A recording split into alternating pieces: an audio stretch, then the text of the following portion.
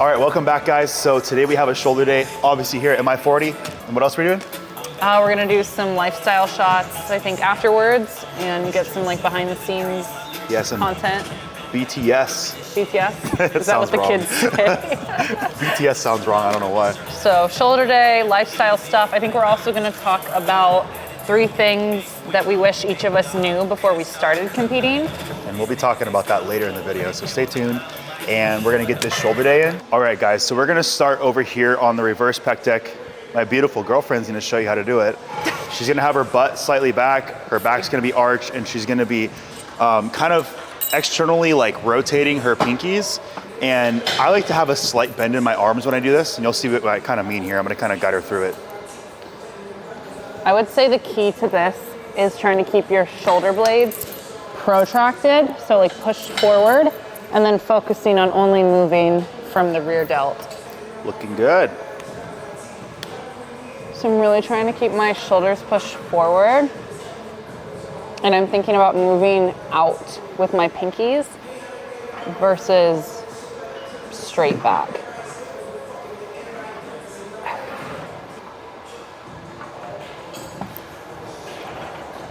Okay. They're already sore from the last time we hit shoulders. Sympathies, he's really trying to keep his shoulder blades or his scapula pushed forward and focusing on just the rear delt moving right here. The traps down, there you go. A lot of people, when they do this, they'll start to kind of crunch up with their traps. So you really want to keep your traps relaxed and down and really just have the tension right here in your rear delt. And the range of motion too is not huge. You'll notice he's not going all the way out behind him. It's really almost just out parallel, I would say like 90 degrees or a little bit less, just to keep that tension on the rear delt.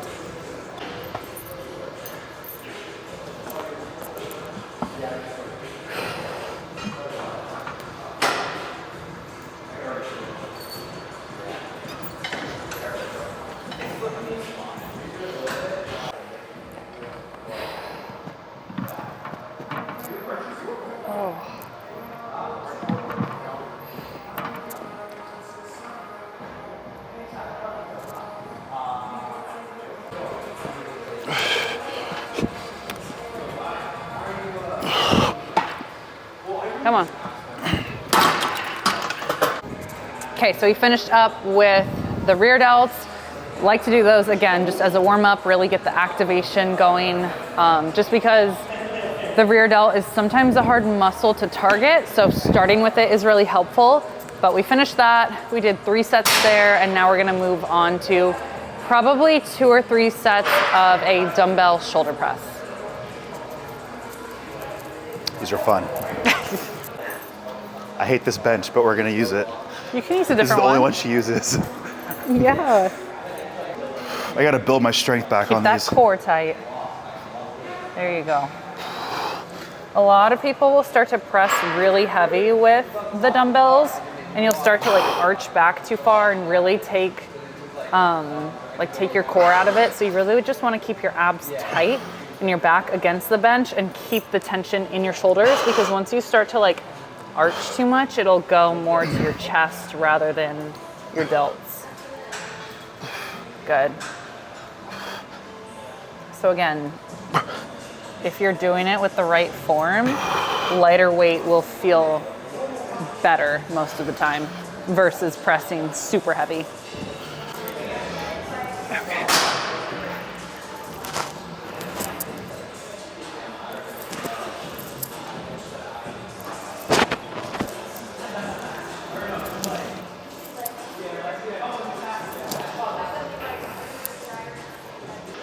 I noticed I'm really flat today, and I kind of want to just talk about this real fast because it's something that's pretty important with the sport. Not every day on prep you're gonna look crazy. Actually, I think there's like more days often than not where you're gonna come in here and you're gonna be like, wow, like I looked way bigger yesterday. But you just gotta realize it's part of the process. You like deplete your glycogen stores. That's part of leaning out and losing the weight. Especially if you're in like a carb cycling setting, which most people are on the pro stage, or some sort of calorie cycling setting. So just kind of wanted to point that out. Like I look full, Like I feel good, I feel a lot leaner, but I notice like the strength is a little bit less today. I notice the pump is a little bit less already, but we're gonna power through it. And that's really what prep is just making sure that you can pass that mental block and just stay strong through the entire prep. That's really all it is. So I just wanted to point that out. And it's just part of the process. So I always tell people, and myself this too, on prep, is that you have to be flat to get lean. So like Austin said, it's not always fun, and you definitely don't look or feel the best when you're flat, but it's definitely necessary and definitely part of the process. So if there are days where you feel super flat or just can't get a great pump, that probably means you're on the right track. And I pushed myself pretty hard the last couple days, just break into that new level of conditioning just for like my mental during prep. I felt like the last few weeks I just wasn't getting the progress that I needed. So I kind of pushed myself a bit harder the last few days here, and it's definitely paid off. And I'm like, I'd rather be a little bit more flat and lose 5% strength and still push hard than come in here and just hate the way I look every day. So it's just, you kind of take it when you need to, and you push when you need to, and you pull when you need to. So that's really just the balance of the sport. But today I'm flat, a little less strong. We're gonna fight through it.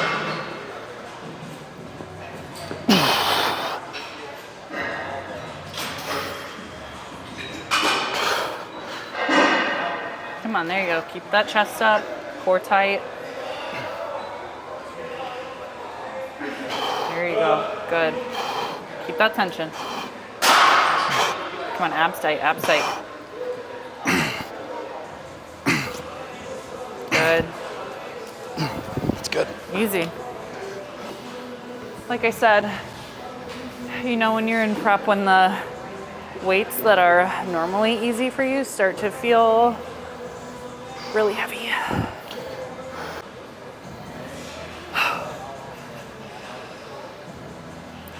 Whew.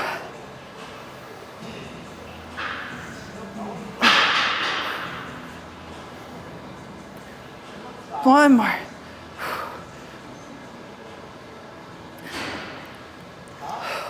Rough. I do have to say there's something about like the wider benches, for dudes at least. My back's not that big. Yeah, my back's pretty big. And the bigger it gets, the more I realize that like these benches are not the best for me, just because it's like, it's just so narrow that I end up like, my shoulder blades like wrap around it, and I'm trying to like, yeah. I need something flat to where I can just lock back and just stay there and press. So It's there. I'm pretty sure you can just put a pad on it or something and it'll do the same thing. Maybe. We don't have a wide bench here. I mean, No. there's this, but it's not like a seat. It's just yeah. But you've seen the ones that, like you guys have probably seen the ones that like the Arsenal ones, they're like this wide, and it allows you to just like have a wider back and still press off of a solid push back foundation. into. Yeah. We're gonna go pretty heavy. I'm gonna go up to the big boy weight. So here at MI40, it jumps from like 40 pounds to like 75 pounds. So there's no in between weight. So we're just gonna jump, I guess, and just eat it. Do you want a belt? No, it doesn't fit my waist right now. Yeah. All right, guys, so we finished up with shoulder press. I'm very happy with, I think I got nine or 10, and then I think I got 7 or 8. Mm-hmm. So huge win for me. I haven't even touched those in probably 8 months. So really happy. We're gonna do some lateral raises. So basically here, I'm just gonna keep my chest high, core engaged the entire time.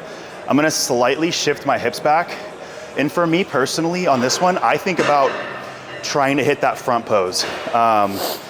Whenever I'm working out, I really try to make sure that I'm like imagining hitting whatever pose on stage where I'm incorporating the same muscle groups as I'm working. So for example, if I'm doing a lateral raise, I'm always thinking about that front pose, or I'm thinking about like a front lat spread, even though it's not a mandatory pose, I'm thinking about hitting that pose on stage. So I'm here, lats are flared, and I'm gonna drive out like this. I have a little bit of an impingement on my left side right now, so it's like gonna be a little bit higher. I can't do anything about it, but we just work around these things. I have body work next week. So like I said, flare lats, chest high, core's engaged, hips are back.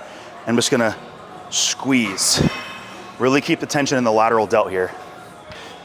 Flare lats,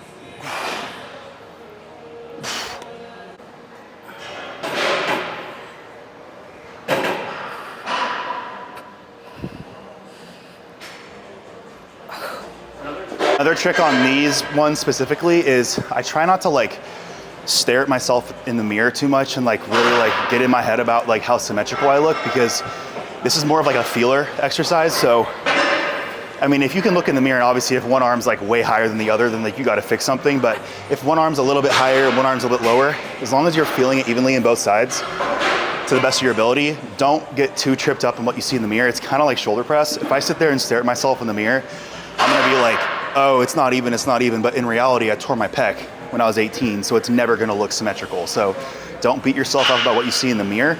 And if you need to, just stop looking at yourself in the mirror, take a video of it, and then come back and review the video after your set. That way you're not in your head the whole set.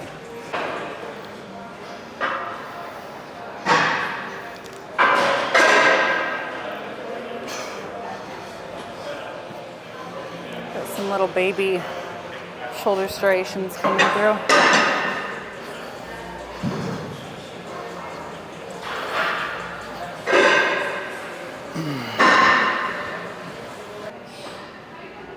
It's hard for me to get a good grip on these because of my nails. This is honestly the longest I've ever had them. And I don't know how some girls with longer nails than this do it. Props to you guys. I wish I could do that, but I can't even grip with these. Okay.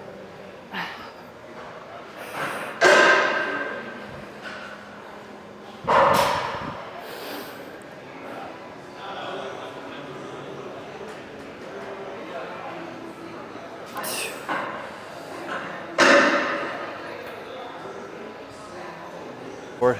There you go. Is that too far forward?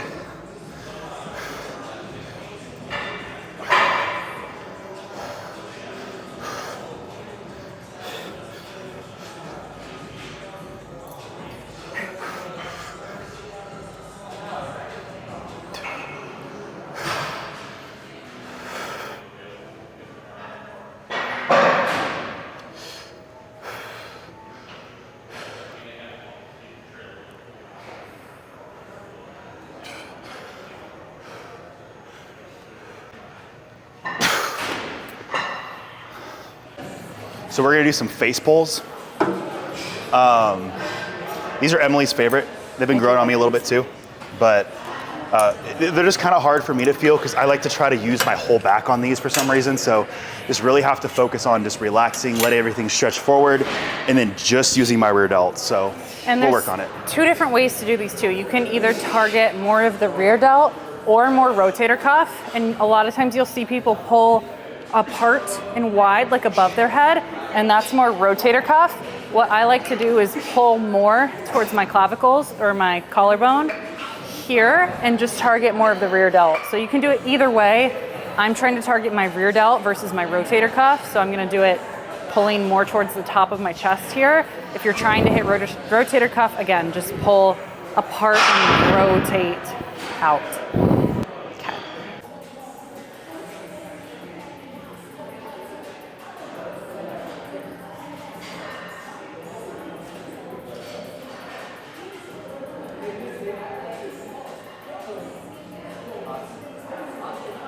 Babe. What?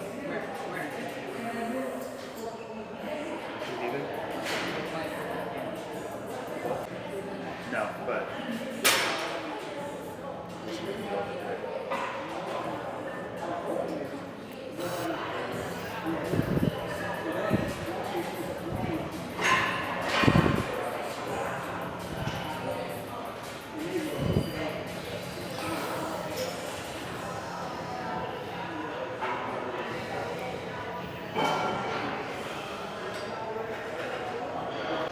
All right, so the reason I'm like looking at her back and kind of telling her what's going on, right now she has a really tight pec, I can tell, because her shoulder's like rotated forward, and she's incapable of like opening up that pec because it's tight. So that's what I see right now. So basically when she does it, if you look at my back, when she does it, she's doing something like this, where she's pulling like this, and this shoulder's rolled forward, and she's like this, because her pec's tight and it's not allowing her to roll that shoulder back. So that's kind of something I saw in her. But the reason I do this in the first place is because, and she does the same thing for me, is just to make sure that you're even when you're pulling, especially on a bilateral movement like this. it's really important that you're using both sides equally. So it's not like a unilateral movement where maybe it would be like a, you know, one of these where you're like this. It's not something like that. It's like you're using both at the same time. So you got to make sure they're firing evenly and the weight's distributed evenly amongst both sides. So kind of why I'm looking at her. And then just like, you don't want to put muscle in the wrong areas and then train the wrong way, or else you'll create imbalances or get injured. Or get injured. So that's why it's really important. If you have a workout partner or a boyfriend, girlfriend, then take advantage of it. Spotter for life. Let's go.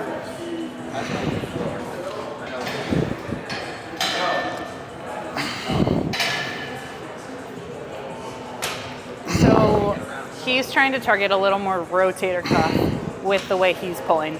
It still hits rear delt, but it is more... If I wanted to hit rear delt, I'd be like this. Yeah, he'd be pulling more towards the upper chest. Exactly. Yep, so that's rear delt. And then go back to how you were. And then this is more rotator cuff. So slight differences, but it makes, slight changes, but it makes a big difference. Good, babe. You're even. You're good. Perfect right there. Let the left shoulder come forward a little bit more. There. Perfect. Feel better? Yep. Good. That thing is firing like crazy. I can see it right here. Wow. That's nuts. Sometimes it helps too if you put your hand on the target muscle just to get a little bit more like mind muscle connection. Like when you can't see the rear delt, it can be tough to feel it. So having someone put their hand on it and actually put pressure where you're trying to feel the tension can be really helpful. There you go. Way better. Pull your right hand up more. There you go. So before, her shoulder, this whole thing was rolled forward about 10 degrees more. Now you can see both sides are even. See how they're both firing? And they're both tilted back the same angle. Before, this was like rolled way forward, so all I saw was her rear delt. I didn't see this front delt. So make sure they're even.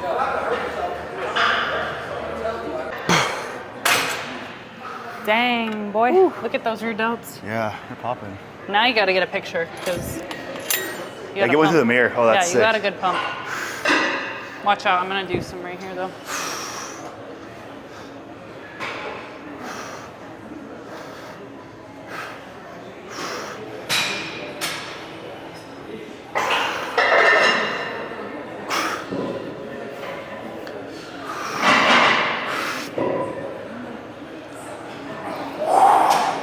Oh, I messed up. It's fucking bench. That's all I got for that. Good. We needed to either do like 1 or 2 sets of front delts and then go to cardio, or just do cardio right now. All right, I'm gonna do 2 sets quick. 2 quick sets of front raises to target the front delt. So this muscle right here. And again, people can do this 2 different ways. You can either keep your hand straight like this, or some people will turn it in and internally rotate as they come up. I find that that starts to target a little bit more of that pec. So I prefer to keep my hand just straight as I come up and really try to feel the tension just in the front of my shoulder right here. Okay.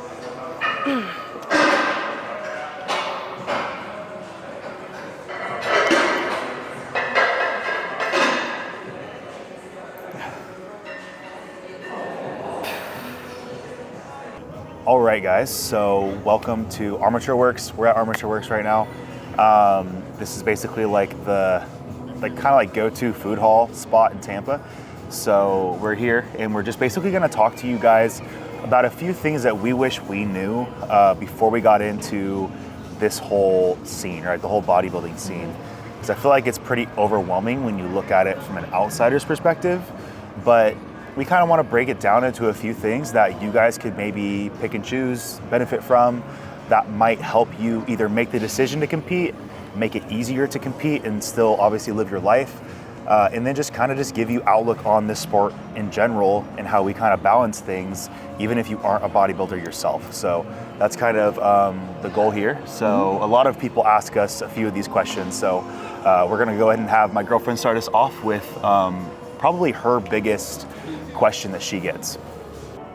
Okay, so one common piece of advice that I give to people, whether they're first-time competitors, seasoned competitors, but usually just to the people, let me start over again.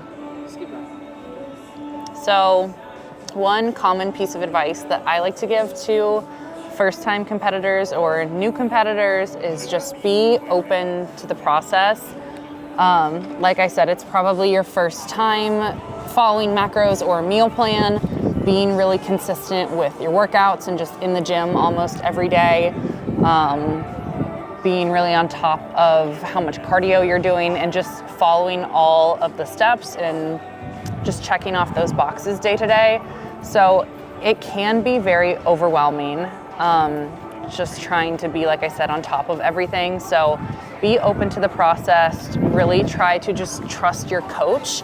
I would also say try not to listen to the outside noise from other people. Every coach has a different style or a different way that they prep someone, and what works for one person isn't necessarily going to work the same for you. So a lot of people have opinions. A lot of people like to share their opinions. So just really trust your coach, trust the process, be open to having new experiences. It does get tough at the end of a prep too, so you're not going to feel your best most likely. So just be open to that, know that that's probably going to happen, and when it does happen, it probably means you're on the right track too. So like I said, my biggest piece of advice, or at least my first piece of advice, would just be to trust and be open to the process. All right, so something I would encourage during prep, in a prep setting, is to really surround yourself with people who want the best for you, right? Whether that be your coach, whether that be your girlfriend, whether that be your parents. Some people's parents aren't as supportive as others when it comes to this sport for obvious reasons, but eventually my parents, for example, came around. I know Emily's parents are very supportive of her. And I think that's probably the biggest thing when it comes to the success in your prep is who you surround yourself by. Because if you're not surrounding yourself by anybody, which I have done before, I am very guilty of this, you will just spin. You'll just spin, you'll spiral in your head, and it's not gonna lead you to a very good place, especially when food's low, you're hungry, you have distractions, you see social media, you compare yourself, all this type, sort of thing is really gonna just defeat you mentally if you don't have people who want the most for you, that believe in you and that truly believe in you, just surrounding you. So I would say, obviously God is the center of what I do, and then we have our direct family, right, which is like Emily, my family, her family, and then we have our friends, right? So that's very important as well. So just make sure that you are surrounded by what they call in church evenly yoked people, which means that they believe in the same things as you, they see life the same as you do, and they just want you to succeed like you want to succeed. So that's the one thing I would say is just before you go into a prep, make sure that you have that foundation set, and make sure it's not set up for just the prep. Make sure it's something that's there before the prep and something that'll be there after the prep. Because if they're not people that are in your life to begin with, they're probably not going to support you during a whole prep. So that's kind of my 2 cents. All right, so you trusted the process, you surrounded yourself by people that support you, want the best for you. I feel like the final thing is show day, right? Like what happens on show day, like that whole weekend or weekday. Sometimes it's usually, most of the time it's weekends. I don't know any weekday shows, but what do you do during that time to make sure that you are present and you are there? I would say it's just exactly that. I would say just take a step back, relax. You've done all the hard work. It's time to just relax and enjoy the process. Don't stress too hard about everybody else stepping on stage because you've done everything you can, and the other people have done everything they can too. So whatever's gonna happen is gonna happen, right? So the worst thing you can do is, do everything that you could, trust that process, surround yourself with these people who believe in you, and then let them down by just kind of just getting in your head, or just trying to do something that you think is not on the plan. Just execute, have a good time doing it, and just enjoy the process. I suggest networking with as many people as you can. Networking is going to be the foundation of basically financial success in the sport. If you're not networking with anybody, then you're going to be missing out on a ton of future opportunities when it comes to sponsorships, collaborations, just potential opportunities that might have some sort of financial gain. So from a financial backing, that is probably the best thing you can do, is just talk to as many people you can at these shows, and just network with companies and just people backstage, judges. Just talk to people, enjoy the process, and don't get too stressed on show day. Okay, so my second piece of advice for not even new competitors, but just anyone who plans to step on a bodybuilding stage is just be prepared. There's so many things that you have to try to plan ahead and variables to account for, whether that's for the girls, like your makeup and then tan, registering for the show, making sure you have the hotel booked, have your travel booked out, and just everything leading up to show day. And then prep in general, like making sure you have your meals planned out, making sure you have the food that you need in your fridge so you're not running to the grocery store to get X, Y, or Z come 8 o'clock at night when you're trying to have your last meal.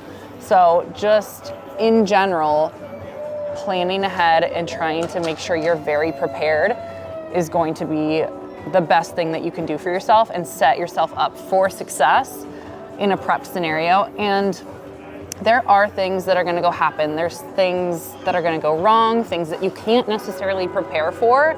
So I would just say, like, be okay when unplanned things happen, but do try to control what you can control, and that way you know that you're just checking off all of those boxes. And so when things that are unplanned do happen, you can just be okay and handle it and move forward in that situation and know that you did control what you could have.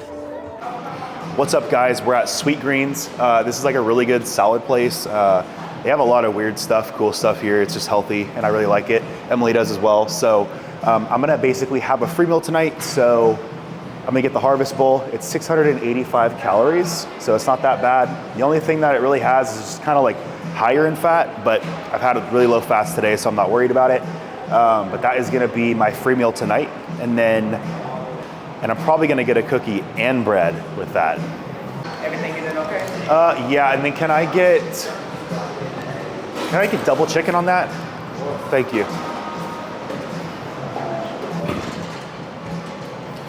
Double chicken. Double chicken. Straight to the bicep. I don't have a free meal tonight, so I've got my salad right here. 0 calories. This has apples in it. It has roasted chicken. It has roasted sweet potatoes. It's good. It has goat cheese. It has roasted almonds, white rice, wild rice, sorry. Shredded kale, so we're gonna get shredded, and then balsamic vinaigrette. Tell me that doesn't sound good. Shredded kale. Don't tell her. Don't tell her I'm getting this. The secret. They're talking about me. I think they are, yeah. Do you have like cookies? Bread. Get some bread. I'll get a piece of bread, please. We should have got hummus. Oh. It's so good. Oh wait, hold up. Is this like a Rice Krispie treat? Yes. I'll get that instead. Mm-hmm. That goat cheese looks good, I'm not gonna lie.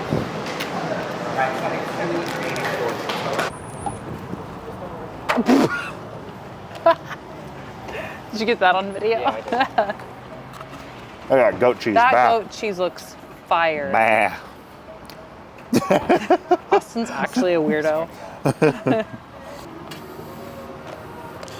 Too much goat cheese, bro. Just eat it. You need like a spoon. There's a fly on your fork. Oh, no, maybe not. Maybe it's food. All right, guys, thank you for joining us for a shoulder workout and some tips for just competing and first-time competitors in general. Hopefully these can like help you guys out if you haven't competed before, or if you have and you just are wondering what you could, you know, do better at. You know, those are just some of the tips that we get asked and some of the stuff that we've learned on our journey. So if you guys found some of these helpful and you like these type of videos, please like this video, comment below, share this with somebody who might need to know these tips or wants to follow our shoulder workouts. So thank you guys so much for tuning in, and we will see you guys in the next video.